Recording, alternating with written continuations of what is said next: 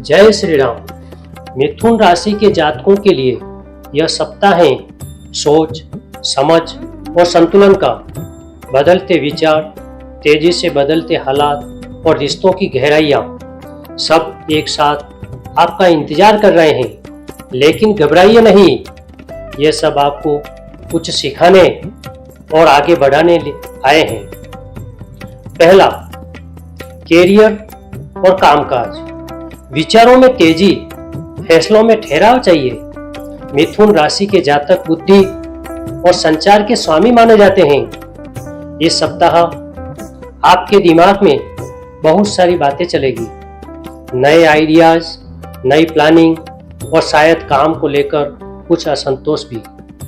अगर आप नौकरी में हैं तो 6 अगस्त के बाद सीनियर से सकारात्मक बात हो सकती है।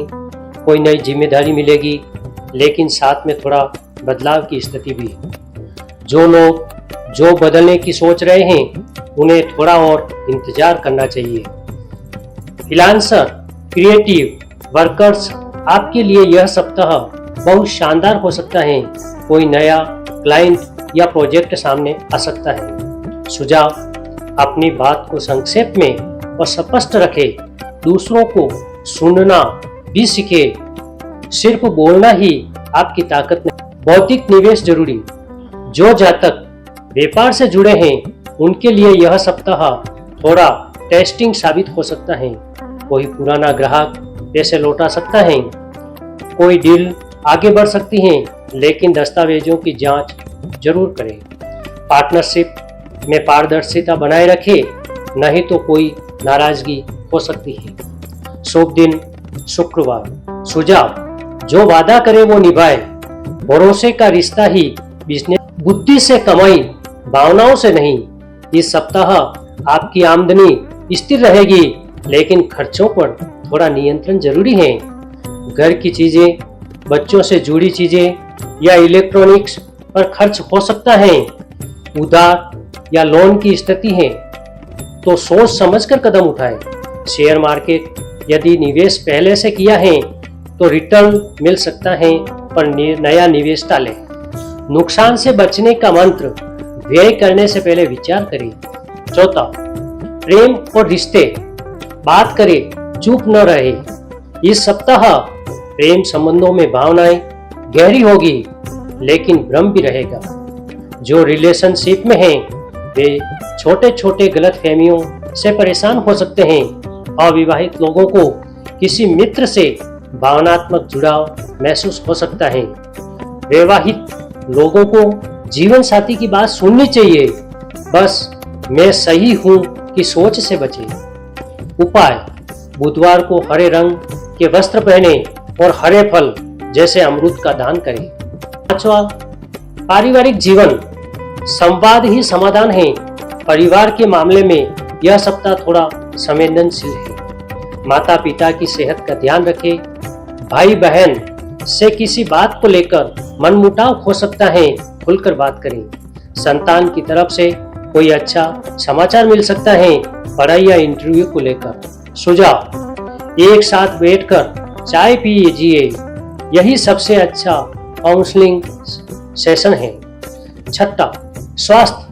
मन को संभालिए, शरीर खुद ठीक हो जाएगा। मिथुन राशि की सबसे बड़ी चुनौती है ओवर थिंकिंग। इस सप्ताह चिंता, बेचैनी और अनिद्रा आपको थोड़ा परेशान कर सकती है। सिर दर्द, पेट की जलन और आंखों की थकान हो सकती है। दिनचर्या थोड़ी बिगड़ी हुई लग सकती है। उपाय, सुबह नीम या तुलसी की पत्तियां ले।